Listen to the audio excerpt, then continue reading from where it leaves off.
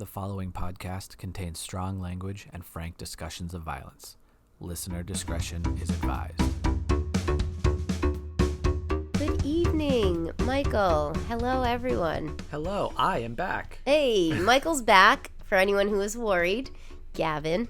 Gavin, Yes. We're also looking at you once again. But I've allowed Michael to join me in finishing our two-parter on Steven Stainer and his brother, Carrie Stainer. Yay. Well, Mike, how have you been this last week since I have not been talking to you that much? On non-stop tenterhooks, wondering how this story is going to end. What in the frig is going to happen with this one family? Yeah, there's a lot. Wacky family. Sure is a lot happening. There's a lot going on. And I have to address like a few things. Okay. Because when I listened back to the podcast, I was so mad at myself, but also you for letting this pass by because Parnell's accomplice, Right. Eddie Murphy, Tay. and we literally didn't say not like my girl wants to party all the time, party. Not that Eddie Murphy. Nope. And I can't believe we didn't touch on that. Yeah, I think it may have been I thought you were, you thought I was, and then we just never did. Didn't do it. Yeah. So I was really mad at the both of us. And That's podcast complacency on our part. Yeah, And we apologize. We apologize deeply, deeply from the bottom of our hearts. And anybody who's upset, send an email to Michael at mafpodcastshow@gmail.com and I'll make him send you something of his. Subject line, upset. Upset with Michael. Yeah. Let's do it like that. And then I'll make him take something from his personal house and mail it to you. Yeah. Well, you have a lot of crap. I sure do. You have a lot of stuff. I sure do. A lot of collectibles, a lot of things. You know? Yeah. I unloaded over 200 Blu-rays, and that was barely 10%. That wasn't even 10% of my overall collection. Yeah. So I got a long way to go. You get some problems. From a certain point of view. That you're dealing with. But also, at the end, when I said the rest of the story, so if anybody doesn't know what we're talking about, go back and listen, because what the hell are you doing? Yeah. But why would you listen to a part 2 and not don't part listen 1? to part 2 and then part Psychopath. 1, you maniac. We'll be covering you on one of these Yeah, stories. really. But no, so it wasn't Salty Brine. Right. That said, and now you know the rest of the story. It's Paul Harvey, and I knew that. It was Paul Harvey. In my brain. Like, I knew that, and I just spaced out. So if anybody likes tidbits or little historical factoids, look up Paul Harvey. There is an isolated clip of just that phrase of him on YouTube, so feel free to let me know how my delivery was. I think I did pretty good. Pretty good, I would say. I know everybody was probably with us last week, but just in case you weren't, I'm going to be nice and give a very, very brief recap. Previously on Murder Amongst Friends. Our last story dealt with the Stainer family. We focused on Steven Stainer, who was 7 years old when he was kidnapped from Merced, California, when he was walking home from school in December 1972. Right. Before we were both born. Correct. He was kept for 7 years by his abductor and abuser, Kenneth Parnell. Piece of shit. Giant P.O.S., who molested and raped Steven countless times, starting on the very first day. And he tried to get him to kidnap other boys. Steven, however, thwarted those attempts. And when Parnell eventually did succeed, he kidnapped 5-year-old Timmy White from Ukiah. Poor little Timmy. Poor Timmy. After a couple weeks, though, Steven broke free out of there, hitchhiked 40 miles back to Ukiah, and both boys were reunited with their families. Too much media fanfare. And you can go back to our Instagram and Twitter to see pictures of Steven and Timmy and fucking Parnell. And just like the weirdest positions, like they're literally like, hey, put Timmy on your back and smile like we're taking a glamour shots. Like, I don't understand it. Anyway, so Steven went on to get married. He had a couple of kids and tried to live a normal life. However, he was in a motorcycle accident, ended up getting killed at the age of 24. His life really was lived in chunks of 7, it basically. It really was. It's so strange that happened. And Parnell was sentenced to 7 years. Of course, he only served cinco. All right? I'm sorry, I don't remember what Hebrew for 5 is. But now, Michael, what you've been waiting for all week.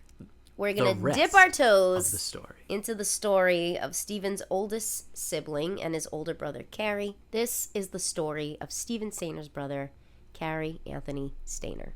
Can't wait. Carrie Anthony Stainer was born August 13th, 1961, to his parents, Kay and Delbert Stainer. They had 5 kids in total, with Carrie being the oldest, and Stephen, of course, and he had 3 sisters. Yep. His mother, Kay, had been sexually assaulted by her father growing up. Delbert, the father, was molesting his 3 daughters, so Carrie and Stephen's sisters. Great.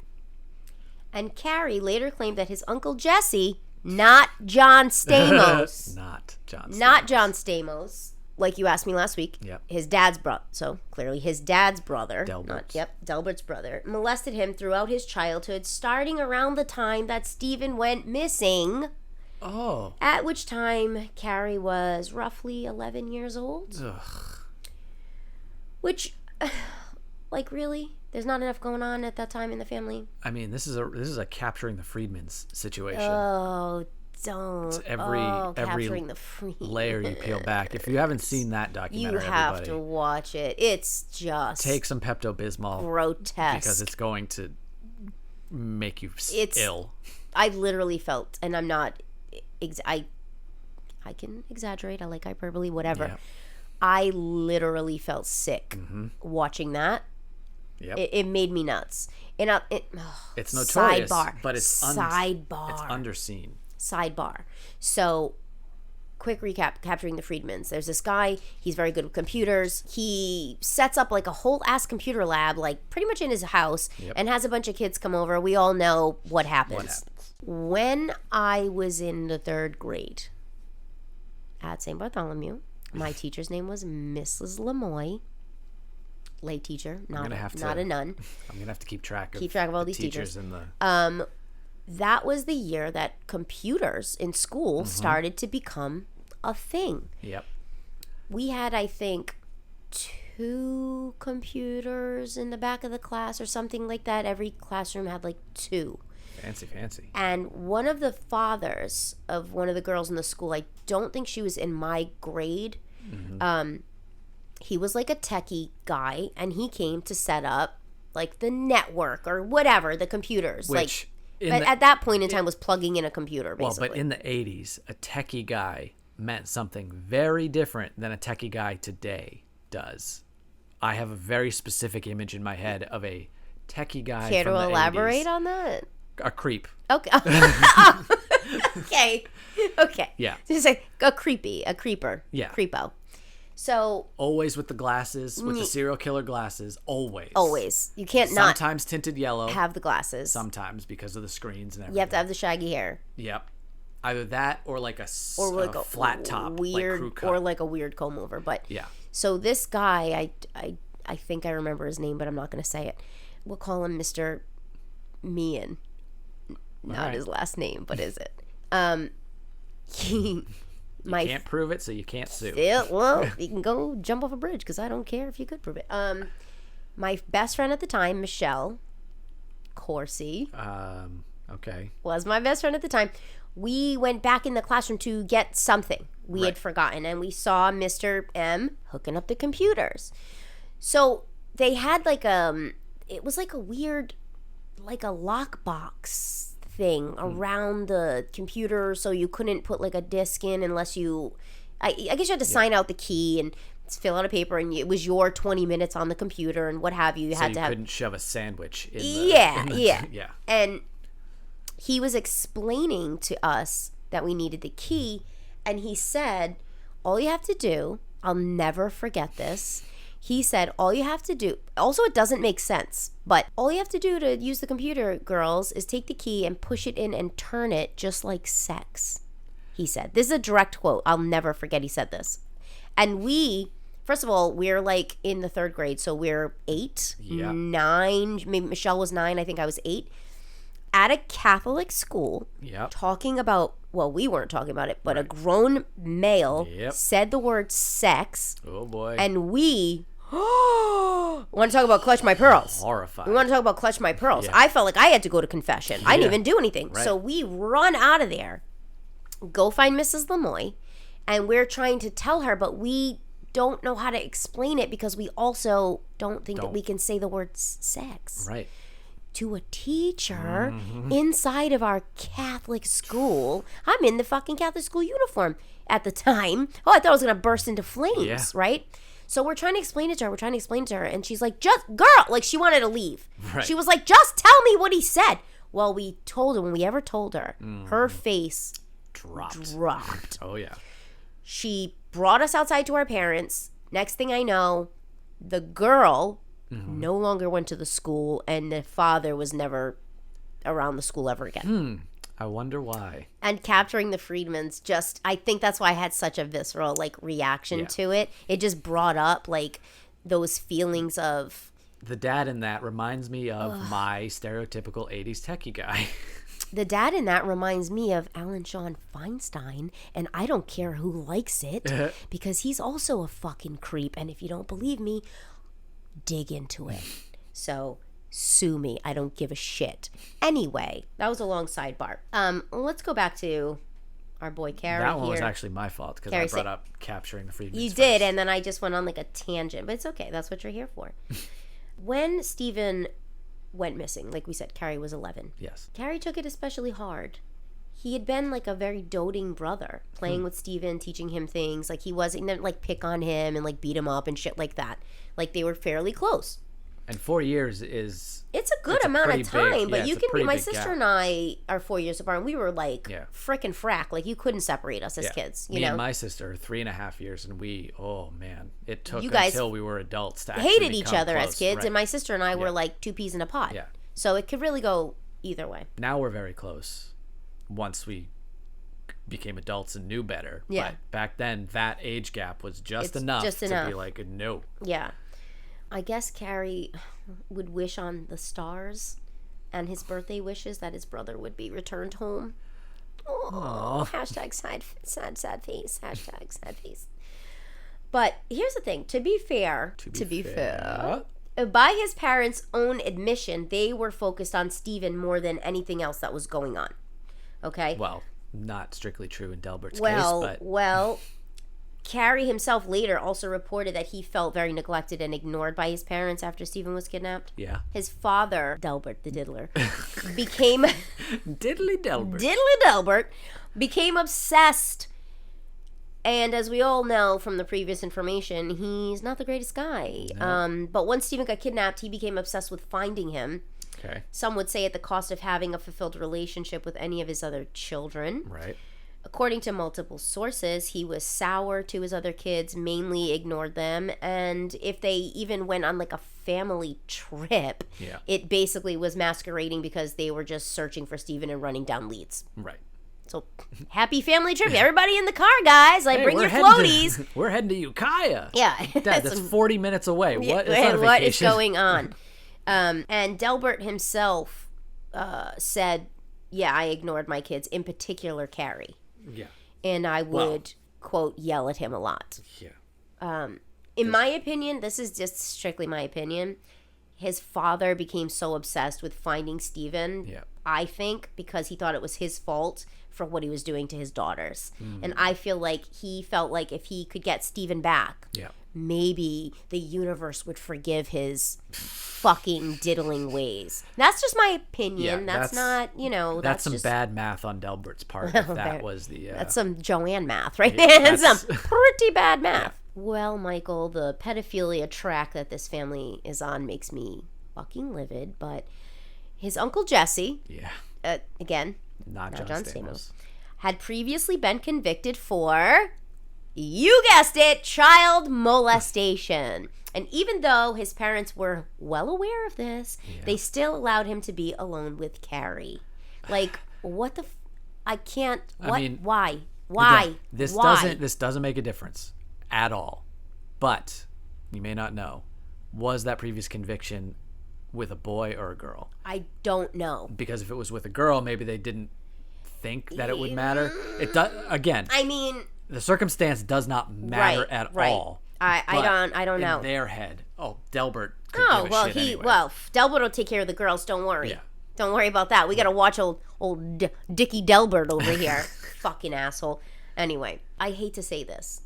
But you're going I'm going to say it. Yes. But I'm sure it made it much easier for Jesse to molest Cary. Oh, yeah. Since his parents were so focused on what happened with Totally Stephen. distracted. It was like an opportunistic time frame for the uncle to just start messing with him. Yeah.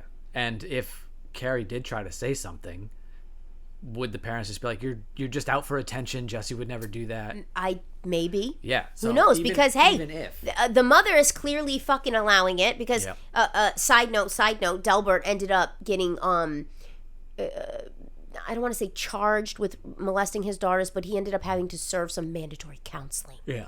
Some mandatory fucking counseling. I'm whispering into the microphone so I don't smash it on the ground. Right. Mandatory counseling. Get the fuck out of my face. To avoid jail time. To avoid jail time. Right. Okay? So clearly everybody knows. This isn't like a secret thing that the mother didn't know. Right. Okay?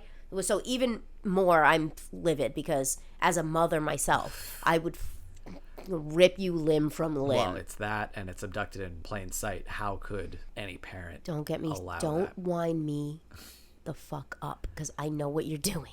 Don't bring it up because you already know. And now back to our regularly scheduled story. I was screaming at the TV, and now Hulu's making it into a mini-series as if we have to watch that nonsense all over again. Obviously, we're going to watch it. We're definitely going to watch it. But do we need a mini-series about it? No, we don't. No, we don't. Nope. Anyway, after his brother gets kidnapped, Cary and one of his cousins stays overnight at their fucking creep miser uncle's house. The cousin's father? I don't think so. I think it was another cousin. Their mutual uncle. Yeah, their mutual uncle. Who regaled them with naked pictures of underage girls. This fucking this family. Nambly. This Nambly. It's like, talk about out of the frying pan into the fire. Jesus. To make matters worse, they all shared a bed for the night. As you do. I've always shared. How many times have you slept in your uncle's and bed with him and a random cousin? 0. 0.0%? I've never even fallen asleep on the same couch as my uncle. Like, give me a break. Same bed. Come on. And Cary woke up with gross Uncle Pedo trying to mess around with him. That's how he woke up. Yeah, that would wake you up, I would imagine. It's not a good way to wake up. No. I can tell you. Brother Cary had shown signs of mental issues from the time he was as young as 2 years old. Oh, great. He would pull and tug on his hair until he pulled out full patches of it. Ooh. And as he got older, he had to wear hats to school to hide the bald spots, which, since kids are shitbags, he got bullied for, of course. That is, I forget exactly what that is a symptom of. Yeah. I know it's something. It'll probably occur to me 3 days from now. And yeah, I'll be like, in the middle of the night at 3 a.m., you'll wake up in the middle of the night and go, oh, I know what that's called. Yeah, but then I'll forget why I needed to remember. Yeah, and then you won't tell me. And then probably. And then this whole conversation is for naught. Great. Years later, Cary was diagnosed with schizophrenia and some additional mental disorders. As a child, though, even though his mother, Kay, referred to him in later years as, quote, the ideal son. Very seldom did he get into trouble. He was a good student, a good artist, and he was very loving. A good brother. Before all of this. Well, yeah, and according to everybody, a good brother. But Cary would experience troubling thoughts and images in his head. For instance, picturing the murder of female cashiers at a local convenience/grocery store at his hands. Okay. Imagining the kidnapping of his own mother. This is roughly age 7 we're talking about. So this isn't even... No. This is even before Stephen goes missing. This is before Stephen even went missing, yes. He would hear things that weren't there, like voices and noises, and as he got older and puberty kicked in, he would have full-on rape fantasies. Later still, he vocalized wanting to set the building he worked in on fire with his boss and coworkers inside. Well, so he's got a spate of issues. Yes. Poor Cary.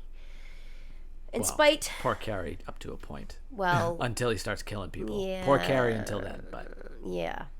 I've recently been accused of sympathizing with the murderers, which I don't sympathize with murderers. However, I do sympathize with the child version of the murderer, perpetrator, because most times it's something that happened to them as a child that set them on this path. Right. So, again, you know who you are, B-fam. Yes. And I'm looking right at you, squarely. I do not sympathize with murderers. Not that it excuses the behavior, because obviously an unfortunate number of people have very similar experiences and don't end up killing people. Yeah, well, it doesn't help. But knowing where they end up doesn't negate the empathy that you should feel activated inside yourself for a 6-year-old having to go through this. Yeah, yeah, exactly right. So you know who you are. Yeah. You son of a bitch. I know who you are too. You son of a bitch. But in spite of the teasing that he went through and the bullying because of his hair and just kind of being a little chacouant, in high school, Cary was a gifted student and a pretty good artist. Mainly like cartoons and caricature type stuff. He even did all the cartoons for his school paper. And he got the, quote, most creative superlative at school. Okay, but he wasn't... Did you get any superlatives at school? I think I got like funniest or class clown type shit. Whatever. Yeah, I didn't get any. I got 0. Yeah, because even though pretty much everybody got one. Yeah. This isn't what I intended. I thought you were going to be like, yeah, I got most Dungeons and Dragony. I don't know. Something like that. No. I'm sorry to bring it up. I was not at the top nor at the bottom. So I had no... You were a midline student. Yeah. Just kind of coasting not as through, a student, or but But not as a student. I was fine as a student, but... Straight A's? No, because I didn't study. I didn't try. You didn't get straight A's? No. I got straight A's. You're better than me. I'm not better than you. That's crazy. You're way smarter than me. I really thought you were going to be like, straight A plus, baby. No, because I didn't. Baby. I didn't try. Yeah. I aggressively tried to get out of honors and AP English classes because they tried to force me into it, and I didn't want to put forth the effort. Yeah. So I said, lazy. Yeah, no, just keep me back. Put me in remedial. I don't care. Yeah. I don't care. Yeah, I didn't have giant groups of people that would vote me one direction or the other. Yeah. You know, like most annoying or best eyes. Like I didn't have anybody on either side of the spectrum, so I didn't get anything. I just used to get like troublemaker or like funniest, like that kind of whatever stupid shit. That would have never served me for anything in my life, but you never know because did it. Here I am today. I didn't even get most Jewish because they retired the superlative the year before.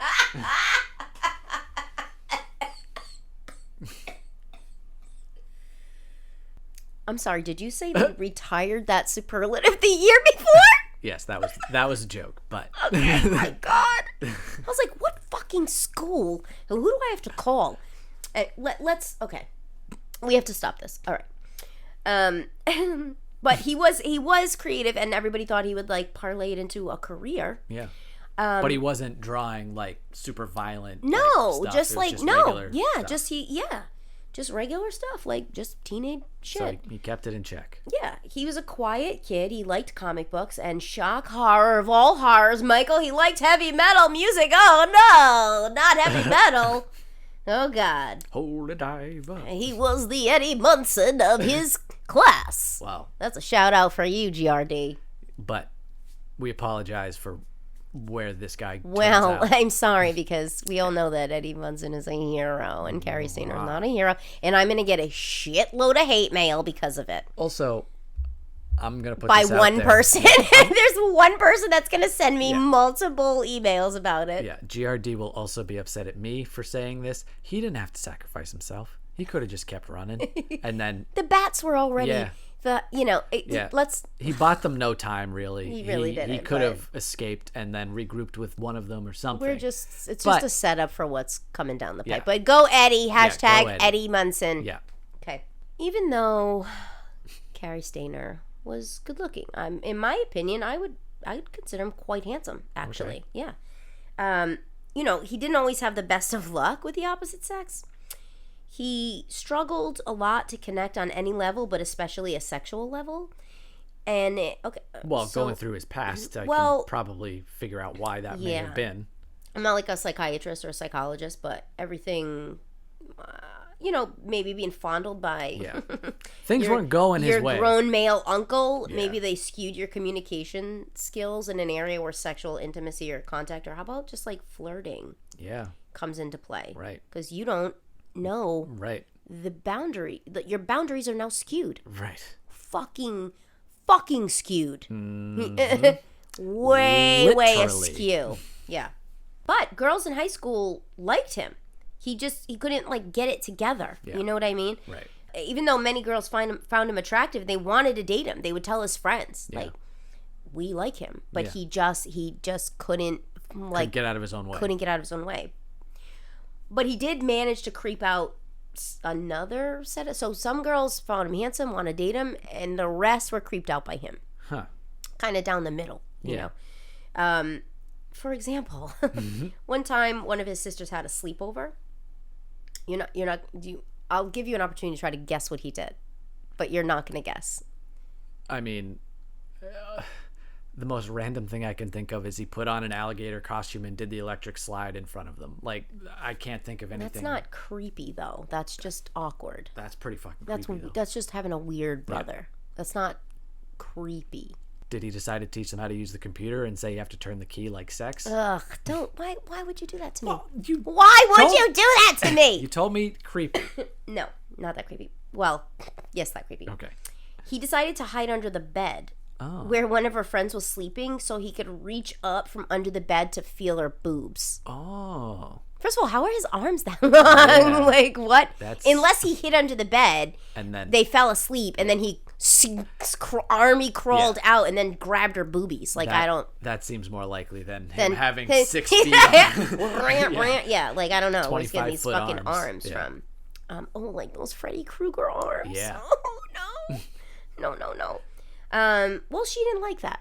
Why? So she basically told him to piss off Yeah. and get the hell out of here, which he did. Of But, of all people, you would think he would appreciate not being fondled in your sleep. well, Michael, if that's Good. how you Yeah. grew up, Mike, Yep. do you know that it's wrong, but But do you? do you? Right. So, again, I'm not sticking up for Right. fucking molester, okay? He did piss off. Okay. However, he then showed back up and stood completely naked in the doorway of the Worse? room.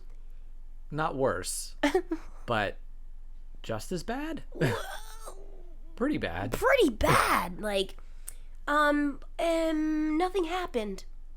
So the girl made him fucked off. She Yeah. Get the fuck out of here. He left. Yep. And I'm assuming, like, with his fucked up parents Yeah. and the time frame that it was, It was Carrie being Carrie. Just ignore it. also was like the 80s, Yep. like it's like 70s, 80s era Yep. where shit like that was just the norm, I Yep. guess. No one I mean, reported it. especially in that house. Yeah. Or called the police. But needless to say, he did not have a normal relationship with sex activities. He, Or sextivities, as I like to call it. understatement.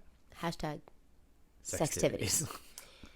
In 1990, Carrie is now 29. Okay. Living Steven with... has already passed away. Yes, because Carrie is 4 years older. Right. So he would have been 28 then. Yeah. So recently. He was living with his disgusting pederast uncle Jesse. Well, I mean, As a he wouldn't have been interested in him anymore. One would assume. But why would you go live with who him? knows, Mike? Mm, Yeah. I mean, There's some problems there. so Uncle Jesse, not John Stamos, who came home that day on December 26th, the day after Christmas, 1990, for lunch from his job as a trucking dispatcher, and he was mysteriously, I'm putting this in air quotes, shot to death Oh. on his lunch break with his own .22 caliber gun. Ooh. Little pea shooter. Air quotes. Someone Inverted commas. shot him 3 times. Oh. Once in the chest, 2 times in the head. Hmm. The case was never solved. I wonder who would have had But, means, motive, and opportunity. like, most likely Carrie did it. Seems Seems likely. a safe bet. Let's jump ahead roughly a year to 1991. 30-year-old Carrie reportedly attempted suicide, which, given his history of mental illness and the trauma of his brother's kidnapping and the trauma of being molested and everybody in his family being molested. And then until God knows when. Brother because maybe he's killed. living with his uncle. Yeah. And who knows if his uncle's still messing with him. Right. You don't know. Right. We don't know. Yeah. Right? So all this. And then Stephen dies and probably pushes him over whatever edge he was perched on. Right. So, I mean, sucks to suck. Uncle Jesse is dead now. And see you never. Yeah, see you bye. 6 years later, Cary is arrested for possessing marijuana and methamphetamine. Oh. However, Okay. those charges were dropped due to a technical error, Whoops. which comes into play. Okay. We call that an oopsie poopsie. Whoopsie poopsie. Oopsie doopsies. We're going to jump ahead to 1997. Cary at this point is, I think, 38. Or just roughly 38. Or just turning 38, 39. Okay. Yeah. He goes on to have a little job as a handyman at the Cedar Lodge Motel, which is located just outside the entrance to Yosemite National Park. Okay. High traffic area. Very high traffic. Very high traffic area, but also desolate. Yeah, because Highly populated, but also extremely desolate. Well, it's presumably in the middle of nowhere, but also highly frequented by many people, not the same people. Mm-hmm. So it makes it easier for certain types to operate. I wonder how many bodies in total have been found at Yosemite. That'd be something we should look up. I mean, there has to be. There's already been 5 uncovered from the drought in Lake Mead, so I'm there's sure got to be hundreds. Yeah, so I'm sure some wildfire rips through there, or the government goes crazy and sells off that land for. I'm not even talking about. I'm talking about that we know of now. Oh yeah. How many bodies have been found in this park? How many bodies have been found in this park? He's a handyman. And on February 15th, 1999, so about 2 years after he gets this job, 3 tourists visit the park. Okay. Carol Sund, 42. Yeah. Her daughter, Julie, 2. 15. Okay. And Julie's friend, Silvina Palazzo, who was an Argentinian exchange student who was 16. Okay. They were all staying at the Cedar Lodge Motel when they went missing. Oh, boy. Oh, yes. Cary was, of course, one of the first people interviewed, being that he worked at the motel. All 3 just disappeared. Motel, Holiday Inn. All 3, all at once, just gone. Yeah, all 3. Okay. Missing. Being that he worked at the motel, he was one of the first people that were interviewed. But again, Michael, this will come as no shock to you. Well, Michael, the police looked past him as a suspect. Because he had no criminal background. Oh. Let's not forget the charges that got dropped. The clerical error. Although, they probably would have looked at him a little closer, but should a drug charge automatically lead to foul play of 3 missing No, women? I mean, but when they looked, he was just clean as a whistle. Right. And also remained extremely calm and cooperative throughout the whole investigative interview process. Yeah. It took roughly a month before the rental car that Carol, Julie, and Silvina had been using was found burned to a crisp, basically, in a remote area, which was hours away from Cedar Lodge. Oh, great. Sadly, Carol and Silvina's burned corpses were found in the trunk. They could only be identified using their dental records, so that was... Which they had to get from Argentina for one of them. Decimated them. Yeah. Okay, the fire. But not long after their bodies were found, the detectives received a note sent to them with a hand-drawn map attached indicating where they could find Julie Sund, Carol's daughter, the 3rd victim's sexually assaulted body. Naturally. On the top of the note was written, quote, "We had fun with this one." We. Mm-hmm. Great. When investigators followed the map some 40 miles away, they found Julie, whose throat had been cut. Okay. Some sources said decapitated, some said almost decapitated, some said her throat was slashed, so pretty deep throat cuts. Right. Let's leave it at that, I guess. Meanwhile, Cary just goes on living his life. He's just out there. He's living it. He's loving it. He He's confessed just to it by. and got away with it.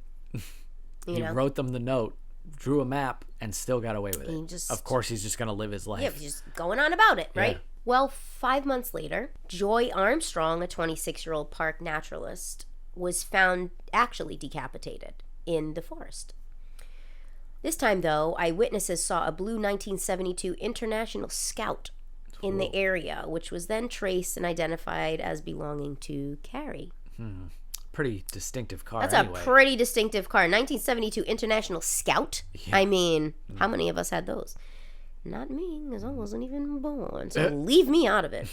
He was staying. Do you want to guess where he hid out? Inside the park? Was he like camp? No.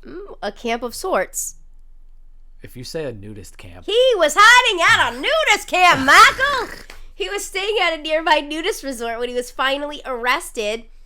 Where might have they found him at the nudist resort, Michael? on the volleyball court. At a diner. Oh. Where, and this is going to make you sick to your stomach because I know you very, very well. Does everybody cook? He was the only one wearing clothes. Even the cooks? In the diner. Oh. You want to go to a diner where everybody's just ass sweat is on the seats and just there's a naked, greasy, hairy guy cooking your food in the kitchen?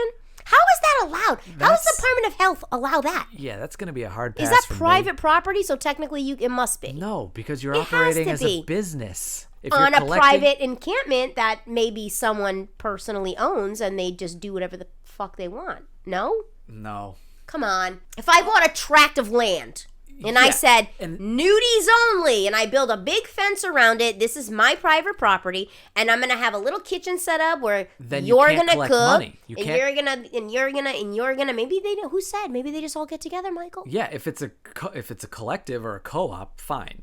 But as soon as there's any business transaction done, they have to abide by the health code rules. You're so mad about it. You're so mad about it. Because it's important. You're turning red. It's important. I do not want a naked man scratching his nuts and then mixing my nuts into my cashew chicken. Well, you never eat the nuts at a bar, famously, or a diner, because there's piss and shit particles and nut particles in the nuts. Well, shit, Michael. He was the only one that had clothes on, so it was very easy to spot. Thank God for small favors. I mean, yeah. Police had previously been focusing on other leads and wrongly believed that the perpetrator of the prior 3 murders was already in jail at the time of Joy's murder. Right. What makes things even worse, or maybe better, Michael, is once Stainer was in custody, he started spilling his guts. Oh. Love the motor mouth, honest. Gotta criminal. love a bumping of the gums. Yeah. He confessed not only to Joy's murder, but the other 3 as well, and he also divulged this little tidbit. At the time of the murders, he had a girlfriend named Lena. She had 2 daughters. And she also worked at the Cedar Lodge. Okay. He confirmed to police that they were going to be his first intended victims. The daughters, or all 3 All of them? 3. Okay. The girls, for their part, recalled spending time with Cary, who, by all previous accounts, treated them very well, brought them gifts, did things with them, taught them how to, like, fish and shit, you know. Yeah. And he acted as kind of like a father figure to them. However, he did creep them out a couple of times when he just basically Hid under their bed and grabbed their boobs. and grabbed their boobs and then just stood naked. But he did get naked when they went swimming at a lake. So He loves being naked, except at the nudist resort. Except he had his clothes on at the nudie resort. Weird. So strange. So he stripped naked in front of them when they went swimming. And he always carried around like this suspicious backpack, which was later revealed to contain all his murder weapons. Yeah. His weapons of mass destruction. Yeah. See, this is It's why... his kill bag. This is why, I mean, maybe we'll do this guy, so I don't want to say his name or too much about it, but the guy who buried murder kits around the country. That's insane. Yeah. That's fucking nuts. So he could go places, kill people, but not have to go through TSA or anywhere else. That's what we in the business call knucking foots, Michael. Yeah. So maybe we'll do that story someday if you're unfamiliar. Yeah, I'll do that. I'd like to react because, as we all know, if this goes well, you may be back telling stories next week. We'll see. But after Stainer killed Joy and hid within the nudist colony with all his clothes on, right, fully clothed, ironically clothed, he did in fact go... Alanis Morissette. Ironic, is it though? That one actually is. That one is. Yeah. Take some notes. Yeah. AM. He went back to look for Lena and her daughters to kill them. Oh. But by a stroke of luck, they'd gone to visit their grandmother, which is what ultimately saved them. So thank you, Nana. Yes. Shout out to all the Shout out nanas to the saving nanas. lives. But he did say, had they been there, he would have killed them all too. Great. That's great. Keep So it it's up. like... Keep, Carrie, shut the fuck up. Yeah. It's Shut like... the fuck up. It's like John List saying that he would have killed his... Yeah, mother. I would have killed her too. Yeah. My mother-in-law. If she she was was there, here- I mean, I would have. I mean, what do you expect me to do? Right. I expect you to keep your fucking mouth shut because they got you on 4 murders. Yeah. You don't have to say that you were attempting to commit another 3. Yeah. Maybe like zip it. Yeah. Not that we're helping, No, but but common sense here. when you must zip it. I don't want to get sued, but. By Mike Myers. By Mike Myers. Hey, Feinstein can sue me only fucking once, but I don't need to be sued by Mike Myers, okay? Carrie, as we could figure out, hated all the media and the fanfare and the fame and the notoriety that came with Stephen's abduction and that whole shitty situation that happened after where everybody just descended upon them. I have a theory about that, but continue. Okay. He despised the spotlight. However, he did, in great detail, describe the murders. So I think he resented that spotlight because Stephen was put in a situation, he was sexually abused, he had no control over his own life. He comes out of it, everybody's so amazed, what a hero this kid is, let's do everything we can for him. Carrie he wasn't kidnapped, but he had very similar experiences at the hands. He had a lot of problems too, mental issues. Like there was no record of Stephen having mental issues as a child or anything like that. So this poor kid is not only suffering. Again, I'm not sticking up for him, but as a child, he had many mental issues. Clearly, other terrible things happening to him. Yeah. Where's his attention? Right. So Stephen comes back, is showered with attention, showered with assistance, doctors, interviews. They made a fucking mini-series about it. I mean... His trauma was not dealt with because it was still in the 80s, but it was recognized. Celebrated almost. Right. In a sick way. Carrie went through very similar things. Nothing. Yeah. So there's obvious resentment there. But he loves this kid. He was his little brother. He took care of him for so many years. Right. So he's really conflicted. So conflicted. So it does make sense a little bit that... So why he might have gone down this path. Right. Again, it's not an excuse, but you can easily see A to B. How he was You can understand how someone would get there. Yeah, 100%. Of the first 3 murders of Carol, Julie, and Sylvina. Yeah. He told detectives he started off by knocking on the room door, telling them that there was a plumbing issue. Which famous. Clearly you're gonna let him in. Yeah. No, here's the handyman, Yep. He brandished his gun, Michael, coincidentally. A 22? A 22 caliber. And he pushed the 2 younger women into the bathroom while he strangled Carol on the bed. Proceeded to shoot her. Yeah. And then he put her body in the trunk of her rental car. He then strangled Sylvina in the bathroom. Imagine you're a fucking foreign exchange student and you get fucking murdered in a motel. Holy shit. While you're on a vacation trip with your very loving, gracious family host family. And they're like, do you want to go to Yosemite? It's beautiful. I'd love to. Yeah. And then you get murdered. See the natural beauty of this country. But also imagine her family. Well, imagine being the other girl. Your mom was just brutally murdered in your earshot. And now your friend is being strangled in front of you. Right. Yikes. Imagine her family, though. They probably were already trepidatious about it. Yeah. If my kid was like, hey, Mom, I'm in high school. I'd love to go to Europe. Yeah. For a year of school. I'd be like, the fuck you are. Well, it would be... obviously it was a little different in the 90s from like the outsider perspective, but with all the gun violence and all of just the other shit that happens in this country, it would basically be like your daughter saying, hey, I'd love to go to the Ukraine right now. Right. What are you talking about? I'm sure it's great. But also, I wouldn't let my daughter go. You think I'm going to let you go to a foreign country without me for a fucking year? Right. To stay with people I've never met? Yeah. Not happening. Not happening. And then you get murdered? Oh my God. So, I can't even, first of all, would never happen. But that's because I'm... Nuts, yeah. He strangled Sylvina in the bathroom. Then he shot her as well. And he put her in the trunk with Carol. As for Carol's daughter, Julie, he did not kill her right away. He kept her in the bedroom and repeatedly tried to rape her and forced her to perform sexual acts on him. However... I was going to say tried to rape her. Does that mean... Stainer was a long-time sufferer of the old impotence. Whoops. So he could not perform. Yeah.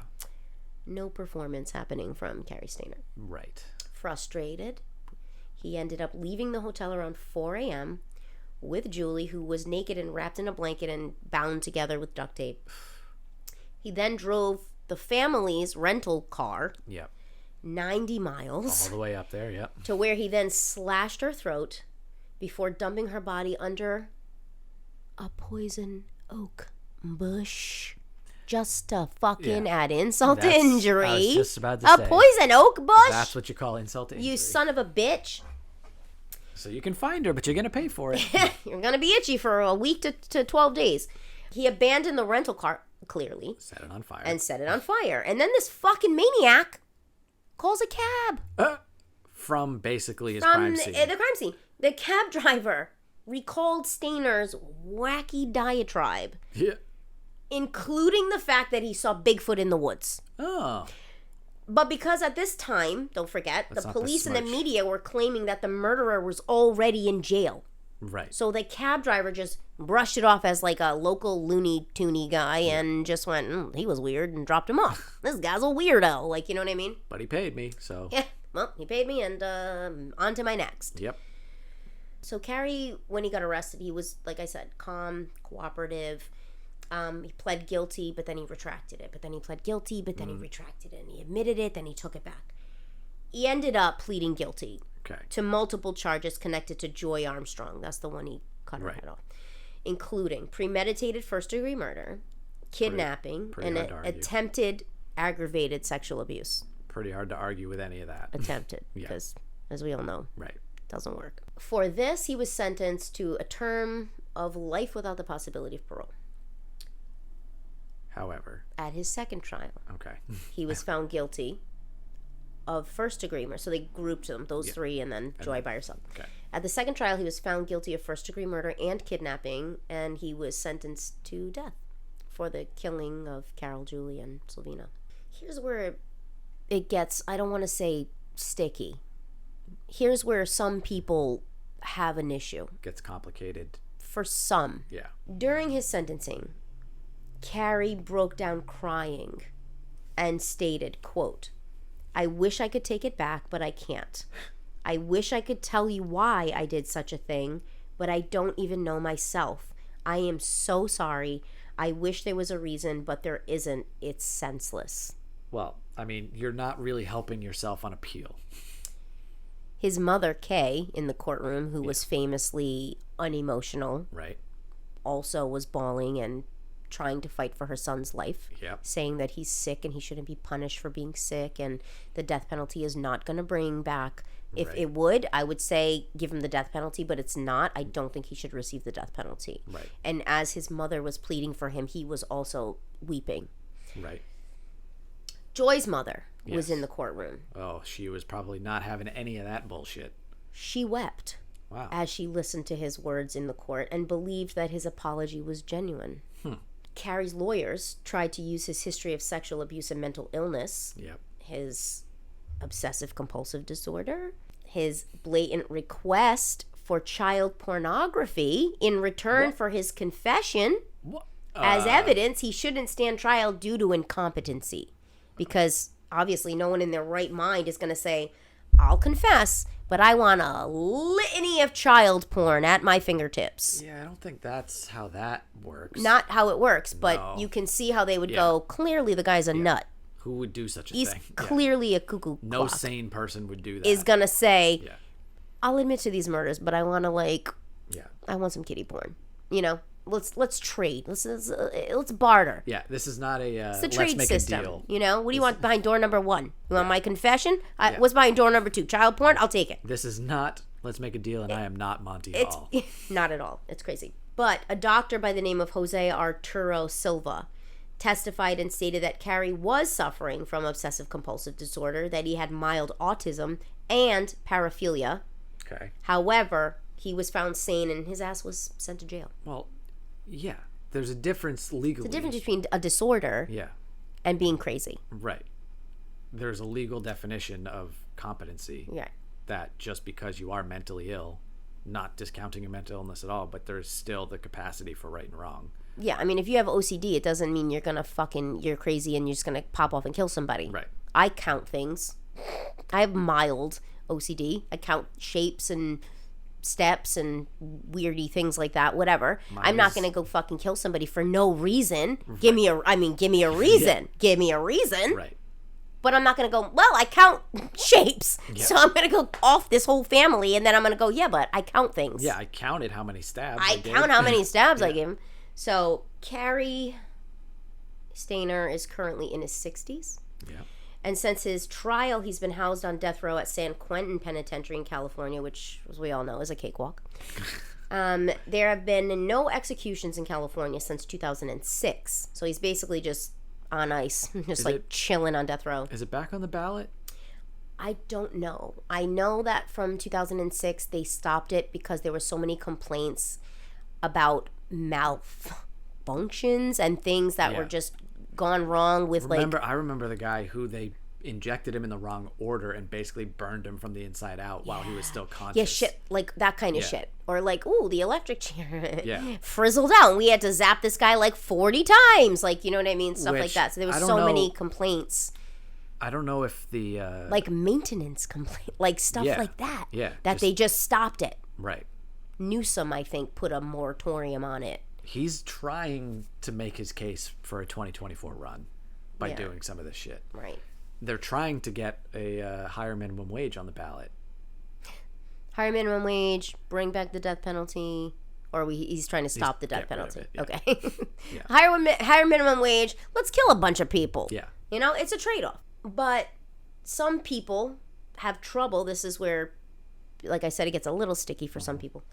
Have trouble identifying Cary as a psychopath because during the trial he would block his eyes and ears when horrible pictures or damning testimony was given. Mm-hmm. He seemed anxious. He would rock back and forth, hold his head in his hands, and stated, quote, "I didn't feel good about it. I say it matter-of-factly I was doing this, It's like I'm a split personality." And even though he wrote on the note, "We had fun with this one," he was never diagnosed with dissociative identity disorder. Right. Some people said that he was a little bit well-versed on how to cover his tracks because he had been so interested in true crime. Uh-huh. Hello? Hi. And cop stories on TV and detective novels and shit like that, So he had a little bit of a jump on things. It was also noted he never harmed animals as a child or exhibited any of the telltale behaviors that psychopaths are well known for. None of the triad. Did he have a head injury, though?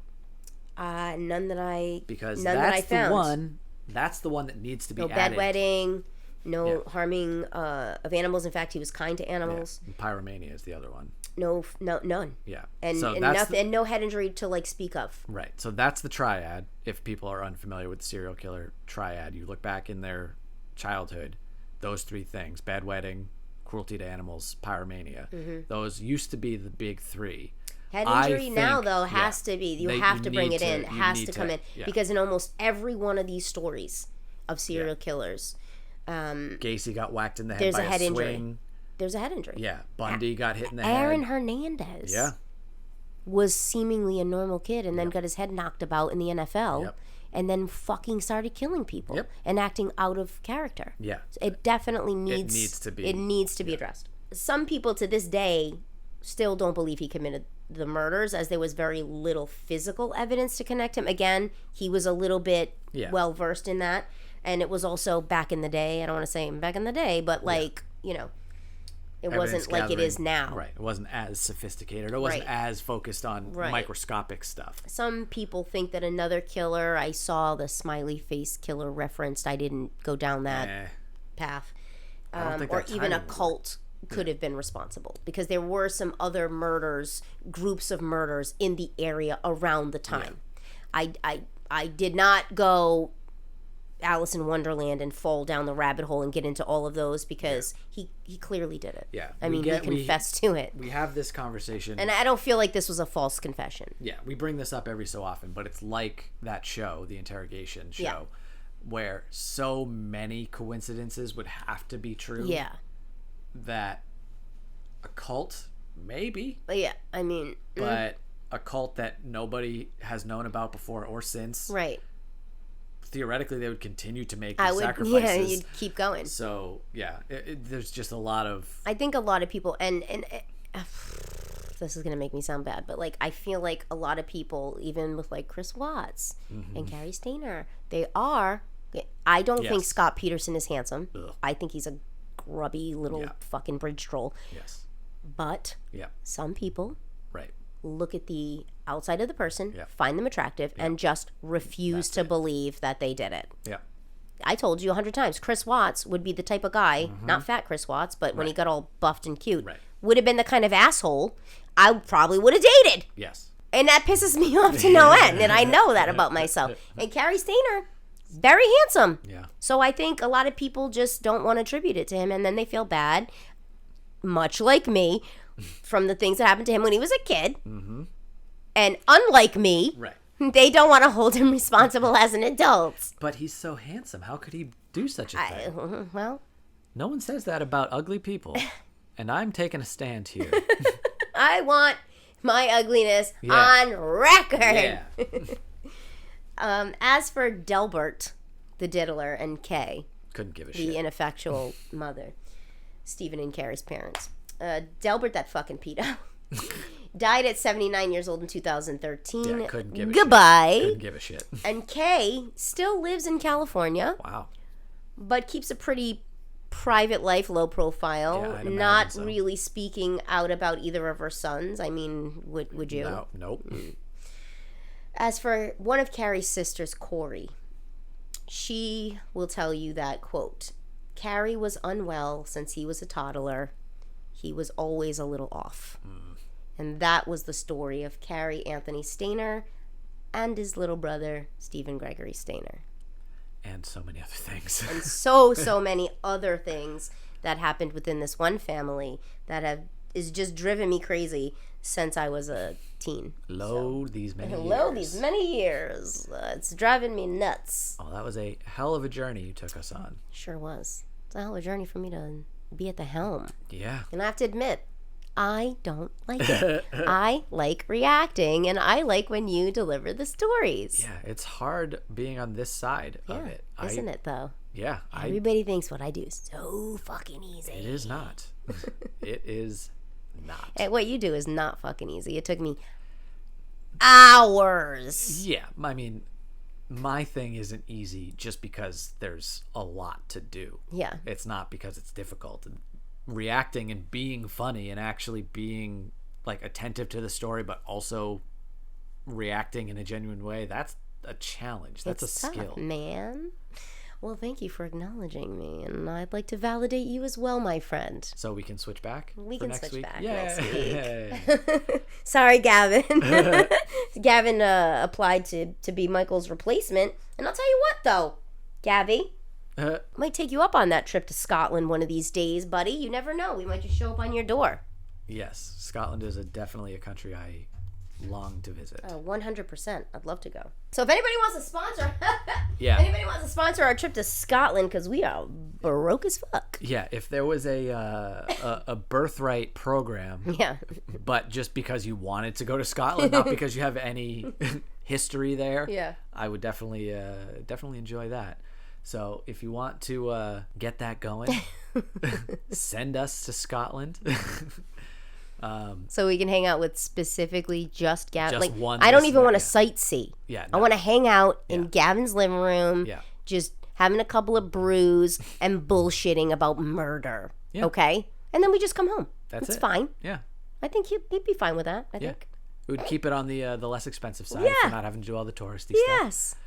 Sounds good to me. In the meantime, you can follow us on the socials, which is, I guess, how we'll stay in contact with Gavin and get our Scottish fix. Follow us on Twitter and Instagram at MAF Podcast Show. You can do also what Gavin does and email us at mafpodcastshow@gmail.com. We do have the YouTube channel, Murder Amongst Friends Podcast. The YouTubes. And On the old Tinternet. And of course, as always, listen on Spotify or Apple Podcasts. Get those numbers up for us. We'd greatly appreciate it. Because then maybe we wouldn't be so goddamn broke and we could finance our own trip to Scotland. Yeah, we wouldn't have to bother you people with it. Whoa. What do you mean, you people? Our lovely, talented, and very attractive listeners. Who definitely don't commit crimes because they're so pretty. Right. How could they? Well, I don't want to say fuck that guy because I do feel bad for... Well, obviously not fuck Steven. Well, right. Fuck Kenneth Parnell. Yes, that's one's very... Delbert. Yes. Kay. Yeah. Eddie fucking My Girl Wants to Party. Murphy. Yep. Poorman. Uncle Matthias. And Uncle Jesse, not John Stamos. Yeah. Fuck those people. Yes. As always, join us next week. And until then, goodbye. Goodbye, everyone. Goodbye. Bye. Oh, one more thing, everybody. If you want more information about the Stayners, check out the Hulu documentary Captive Audience. It's got all of the information about Stephen and Cary, and What are you doing? nothing. Are you No, we're done. Are you recording without me? Nope, we're done. I thought we Okay, signed goodbye, up. everybody. I thought we Captive said- Audience on Hulu. Goodbye. Goodbye.